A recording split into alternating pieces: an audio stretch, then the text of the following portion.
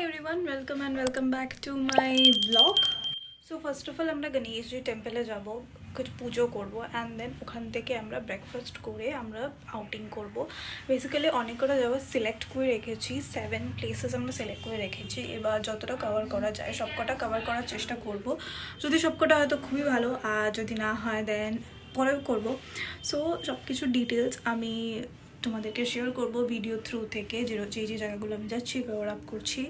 And yeah, it's going to be and interesting video. আমি আমার ফ্যামিলির সাথে আউটিং করছি অ্যান্ড আমার দিদি এসেছে অ্যান্ড দিদি জামাইবাবু এসছে আফটার 1 year.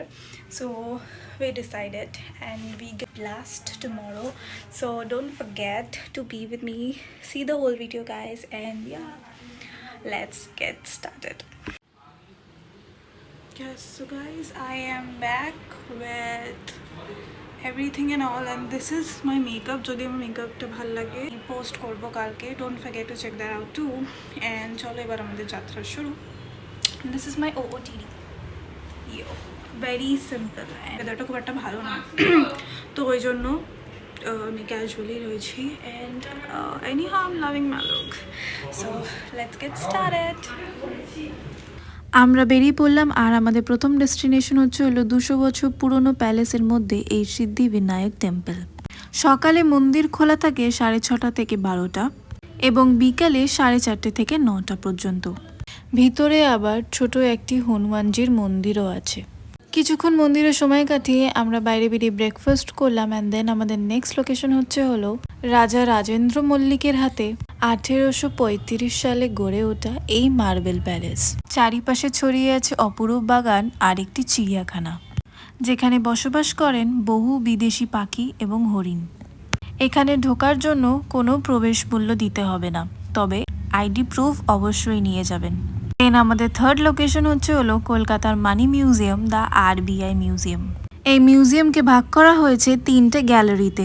প্রথমে দেখানো হয়েছে দ্য হিস্ট্রি অফ মানি, দ্বিতীয় গ্যালারি স্টোরি অফ গোল্ড, তৃতীয় গ্যালারি হলো জেনেসিস অফ RBI। মিউজিয়াম খোলা থাকে টুইসডে টু স্যাটারডে অবধি। এখানে ফটো তোলা অ্যালাউ আছে, কিন্তু ভিডিও করা অ্যালাউ নেই। এখানে আবার ডিফারেন্ট টাইপসের museum related and current affairs related গেমসও আছে। অ্যান্ড দেন ওখান থেকে বেরিয়ে আমরা একটু গলা ভেজে আমাদের 4th লোকেশনে চলে গেলাম, ইন্ডিয়ার সবথেকে পুরনো মিউজিয়াম দ্য ইন্ডিয়ান মিউজিয়ামে, যেখানে প্রবেশ মূল্য 75 রুপিস করে। তবে আপনি যদি ফটোগ্রাফি বা ভিডিওগ্রাফি করতে চান তাহলে আপনাকে আলাদা করে পে করতে হবে। এখানে এক একটা প্লেসে ডিফারেন্ট টাইপস অফ হিস্টোরিক জিনিসপত্র খুবই ইন্টারেস্টিংভাবে সাজিয়ে দেখানো হয়েছে। বেশি আর স্পয়লার দেবো না, তোমরা যদি দেখতে চাও অবশ্যই এসে চেক আউট করো। একটা টাইম স্পেন্ড করার জন্য খুবই ভালো জায়গা। দেন ওখান থেকে আমরা চলে গেলাম লাঞ্চ করতে। ইন্ডিয়ান মিউজিয়াম থেকে 5 মিনিটস ডিস্টেন্সেই আছে এই বাঞ্জারা মাল্টি কুইজিন রেস্টুরেন্টটা। অ্যাফোর্ডেবল প্রাইসিংয়ে যদি ভালো খাবার খেতে চাও অবশ্যই এই জায়গাটা ভিজিট করে যেও। এদের বিহেভিয়ার্স খুবই ভালো, কিন্তু হ্যাঁ, একটা যেটা আমার মাইনাস পয়েন্ট লেগেছিলো সেটা হলো এদের খাওয়ার কোয়ান্টিটিটা, যেটা অনেকটাই কম লেগেছে আমার। ব্যাস পেট পুজো করে আমরা বাড়ির দিকে রওনা দিলাম। 2টো লোকেশন ছিল যেটা আমরা কমপ্লিট করতে পারিনি, অবশ্যই পরে একদিন এসে আবার তোমাদের ভিডিও করে সেটা দেখাবো। অ্যান্ড আজকের জন্য এইটুকুনি। ভিডিওটা ভালো লাগলে একটা লাইক করে দিও। ওকে, বাই।